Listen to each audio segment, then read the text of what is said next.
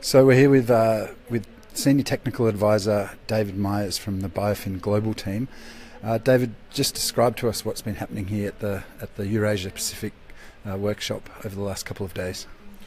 Yes, this is our third Eurasia workshop, and it's been great. We have 13 countries here, all sharing their experiences and learning from other countries about what's working in their countries, and it's been a really enriching experience, I think, for a lot of countries. We've had a couple of great presentations. For example, this morning we heard from Congresswoman Satu from the Philippines, who gave an inspiring talk about how the whole government can come together to promote biodiversity in different ways that provide value to especially the local people, to help them strengthen their resilience with regard to potential climate change issues, and improve their sustainability of water availability, and whole range of other benefits that are supported by the national government but are really taking place at the local level. So it's a strong example of collaboration across the whole government at different levels.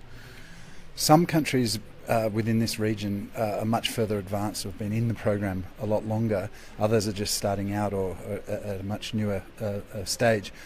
How is that exchange of learning helping some of those older countries, some of those newer countries, in progressing further with the BIOFIN process? Well, BIOFIN has been in part about building capacity at the local level, and especially around biodiversity finance. And when we started out, we were experimenting and improving and piloting methodology, and so those countries that have had several years experience now have really rich experience in terms of what works and what doesn't, and especially they're really helping to guide the new countries on methodology, and also in terms of what finance solutions are working in their countries and are more likely to work. So there's a lot of exchange of experience and a lot of shared learning that's extremely valuable in fact for all countries.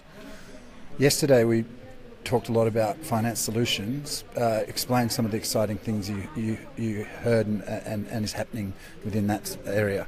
Yeah, well, I mean, when we talk about finance solutions, a lot of people think let's try to introduce new ideas to the country, but what I find exciting is how many countries are identifying sources of financing that already exist in the country and making sure that they're directed towards positive biodiversity outcomes. So in one case, again in the Philippines, there's a large fund from gas production that hasn't been effectively used, and so part of the solution was to improve the way that fund directs some of that money towards biodiversity conservation. So it's money that's there, so it's not new resources, but it's redirecting it towards beneficial activities.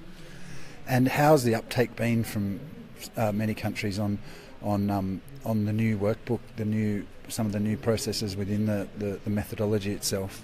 Well, we've had overwhelmingly positive feedback on the new methodology. One of the compliments is that it incorporates lessons learned from the different countries already that have experienced it.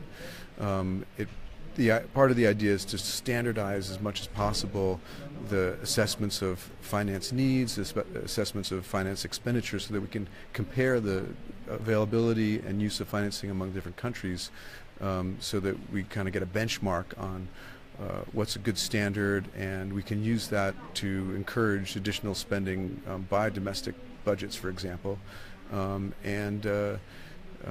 It's really we're moving towards a very, very useful methodology, and again, just great shared learning across the board.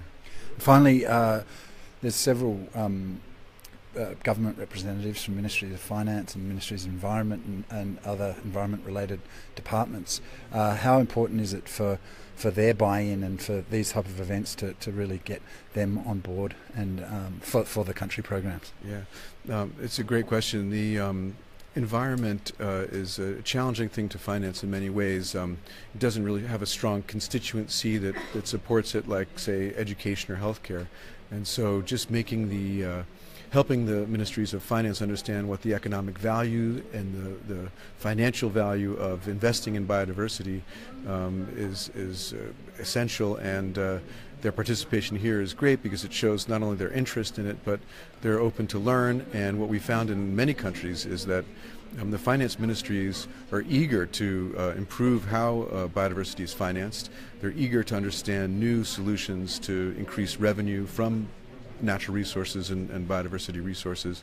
And so they're essential key partners in achieving the goals of sustainable biodiversity management. David Meyers, thanks very much. Pleasure.